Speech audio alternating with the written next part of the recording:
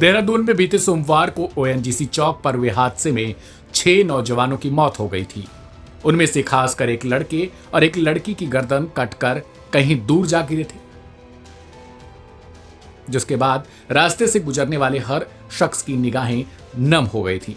कहा गया कि ओवर स्पीड की वजह से गाड़ी डंपर में जाकर टकरा गई थी। हालांकि अब इस घटना से जुड़ा एक नया खुलासा हो चुका है। घटना से जुड़ा हुआ एक सीसीटीवी फुटेज वायरल हो रहा है। हालांकि जिस ओवर स्पीड की बात की जा रही है वो इस फुटेज में बिल्कुल भी नजर नहीं आ रही।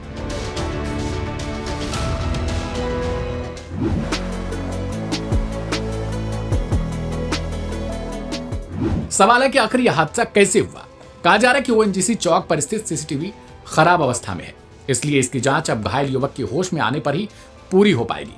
सोमवार देर रात ओएनजीसी चौक में हुए कार हादसे में 6 दोस्तों की मौत हुई थी, जिसमें से 3 लड़के थे और 3 लड़कियां थी। इस दौरान एक युवक घायल हो गया था, जिसका इलाज अभी चल रहा है।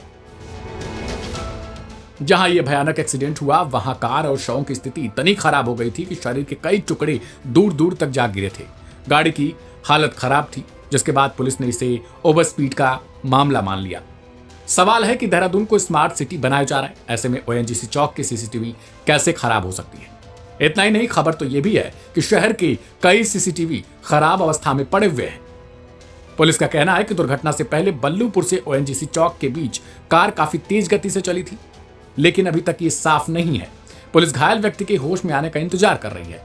अब इसके बाद की थ्योरी इस तरीके से समझी जा रही है कि जैसे ही ये गाड़ी सीसीटीवी में दिख रही है और स्लो स्पीड में है, लेकिन इसे अचानक से एक BMW क्रॉस करती है। क्रॉस करने के बाद ही स्पीड की होड़ मचती है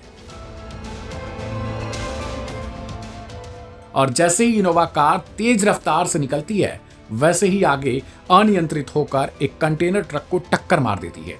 टक्कर के बाद ये किसी पेड़ से जाकर टकराती है और इसके बाद फिर गाड़ी में मौजूद लोगों के चीथड़े उड़ जाते हैं।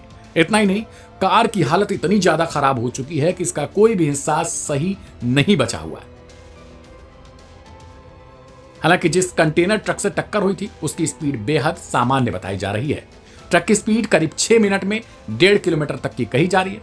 ऐसे में पूरी जांच ही एक घायल युवक के भरोसे पर टिकी है। पुलिस और प्रशासन ने आसानी से महज ये कहकर अपना पल्ला झाड़ लिया कि सीसीटीवी काम नहीं कर रहा था और शायद अब ये इसकी कोई जांच भी नहीं होगी। आखिर ये लापरवाही किसकी है, किसकी नहीं।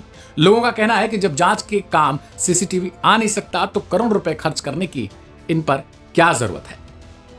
देखना दिलचस्प हो जाएगा कि आखिर जब युवक होश में आता है तो वो क्या कुछ कहानी बताता है, क्योंकि जिस हिसाब से एक्सीडेंट हुआ है वो अपने आप में बहुत ज्यादा भयानक और दर्दनाक है। फिलहाल इस एक्सीडेंट और सीसीटीवी के ना काम करने को लेकर आपकी क्या प्रतिक्रिया है उसे कमेंट बॉक्स में जरूर लिखें। ऐसे ढेर सारी खबरों को देखने के लिए सब्सक्राइब करें लाइव हिंदुस्तान।